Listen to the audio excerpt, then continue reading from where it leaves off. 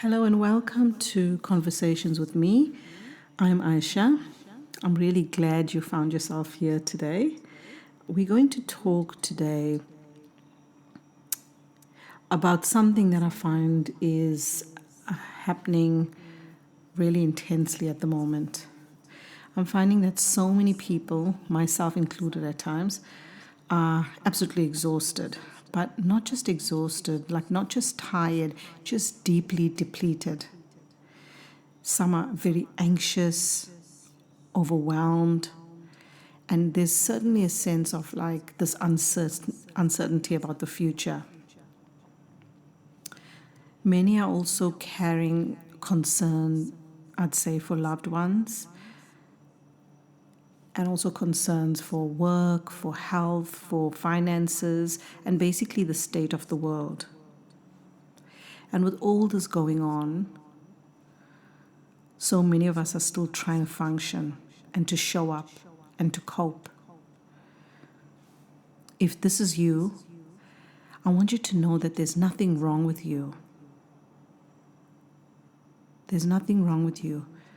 The nervous system wasn't designed for constant input, for pressure, for noise, for all that is going on in the world right now. And when we live in fight and flight for too long, what happens is our perception narrows. Everything feels more intense. Personally, and even I feel as a collective as well, we sort of lose access to clarity, to compassion, to creativity. And have you noticed that when we are in this state, we judge ourselves quite harshly? We also tend to judge others. And this is really important because when we are wanting to feel better, we're wanting to thrive in our lives, we're wanting to live happier, more fulfilling lives, we have to look at these things within us, and not in the context of you are broken and it needs to be fixed, but just as an observer, as the loving, nurturing observer. Just observe. You know, when you are in this fight and flight state, what are the things that you say to yourself? Or what are the things that you say about others to yourself? And we tend to also add stories to situations. So if we're feeling a certain way, we'll give it a story, a meaning. It could be involved with blame, blaming yourself or others, or even shame. Shame is a big one, and guilt. And so what happens is we tend to react rather than respond. So what I'm really getting at is when the nervous system is overwhelmed, we don't see clearly.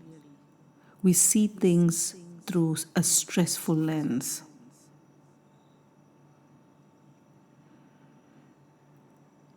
And I want you to just sit with that for a moment, because perhaps that might be something that you've been going through. And give yourself this moment to just sit with it and just notice it. Notice the patterns of behavior. Notice the emotions that come up for you. Just notice it, because this is key. This is how we are able to shift things in our life, when we can first notice it within ourselves.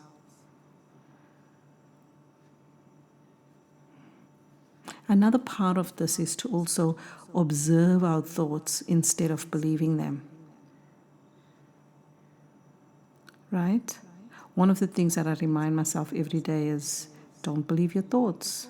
They're just thoughts, they're just beliefs. Really sit and ask, is this true for me?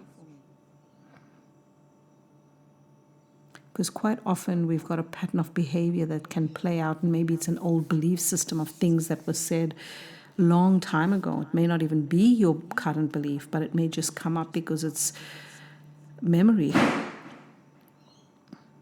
So observe the thoughts instead of just believing them. Observe your emotions. So instead of getting really drowned in the emotion and reacting from there, just observe the emotion. Sit with it. Hold space for it. Hold that loving space for it. Just notice, I feel really bad now? What does that have to do with? Maybe something happened and you can maybe identify, oh, I feel really ashamed or guilty. And instead of adding a story to it or trying to brush it away, sit with it. Notice what it feels like in your body when you feel ashamed or guilty or overwhelmed or frustrated. Notice where it shows up for you in your body. Observe the body instead of fighting it. And this is where change begins. And the one thing that I have realized is that whenever we do things consistently, just start small and be consistent. This is really where the change begins. Reminding yourself consistently, oh, how am I feeling? How's the body feeling? And it's such an empowering thing to know that when we start doing this, we can respond to the world differently. We respond to others differently. And we also, most importantly, respond to ourselves differently. And this is not by fixing ourselves, but by creating safety within ourselves. Because what happens is you start feeling safe in your own skin, so to speak. And what happens when we start to feel safe? We start stimulating our parasympathetic nervous system. And that's that rest, that calm, that peace, and that's exactly what we want. Because the more that we can calm down the nervous system, the more we can respond to life differently, we can perceive the world differently, and this is when things really start to change.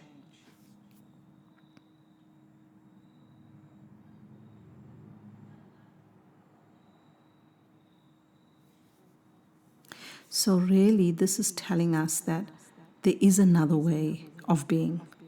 And this is good to know, because I find that when we are in a situation when we feel overwhelmed or too stressed and everything's coming at us, it's difficult to even fathom that there's another way.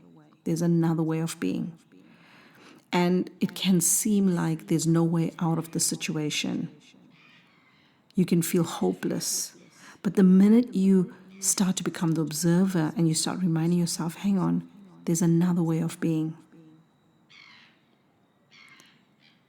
And then that can change everything in that moment. So really it requires a choice. And this choice has got to be made in a gentle way and consistently and daily. And sometimes, I don't know if you've noticed this, is if we respond to certain things a certain way. So for example, let's say somebody makes us angry and we go away and we've got a story about it. You know, they make me so angry because of this. And we start creating a story for it. And there's a small voice inside of you that may be saying, oh, just see it another way. Oh, just really sit with this. Is there maybe another way of looking at it? Or maybe I could respond differently to what I usually do. And what you might find in the beginning is you just get even mad at yourself for even thinking that, because you want to feel that anger and express it in that way. But I wonder what would happen if you stopped in that moment. Something that usually makes you angry and wants you to react. Stop in that moment and really notice the emotion that comes up. Notice what you feel in your body and ask yourself, do I really need to believe my thoughts, my beliefs about this? Is there another way of looking at this? So what happens now is we step out of that survival mode. And the body remembers now to be calm and to be present. And this is how you're creating that internal safety within yourself. And now from that space, from that place, the body can heal more easily. Your relationships start to soften and start to heal.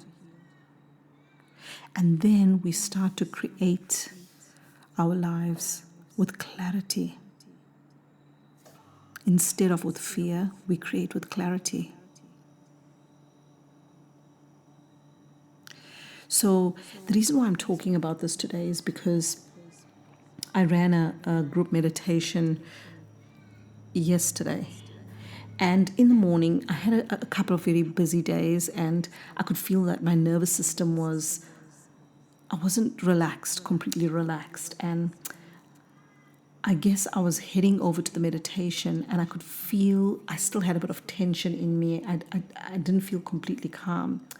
And so I started to breathe, and it came to me because what usually happens is when I run meditations or even healing sessions, before the day before, even the morning of, I'll start getting certain emotions, I'll start getting certain feelings, and that gives me an idea of what's going on with the person that I'm going to do a healing session on, or even with the group that I'm running. I get the sense of what's going on.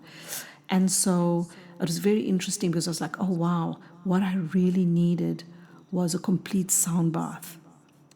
And so I got to the meditation and I set up and I just continued to be present, even though I felt this tension within myself. And then I noticed, yes, it's the start of a new year. Everybody's busy. They've got all these things to do. So it is a bit of a tense time. So I guided everybody into a beautiful present state.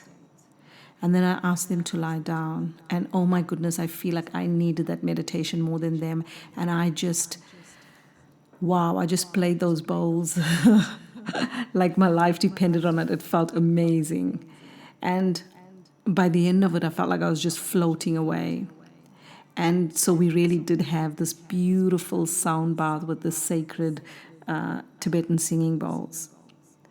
I felt so appreciative of the bowls and being able to play them because it literally changed everything around for me and for them, because at the end of it, nobody wanted to get up. But I left feeling so calm and grounded and in my body, and I felt like me again. And you know that feeling when you know that all is well. You know that you are the creator of things in your life. You know that you are never a victim. It's just a very empowering space to be. And I mean, so many times I tell myself, oh my goodness, being able to meditate or listen to sound and listen to these sacred frequencies is life-changing. Yet when I experience it for myself repeatedly, because I'm only human, I go through life as well. And all the stresses that we experience in life as well. And I feel like for me, becoming present, even if it's 10, 15 minutes of meditation and sound, can change everything. And so it changes your perception of reality. It may change your view of a particular situation because now you are seeing more clearly.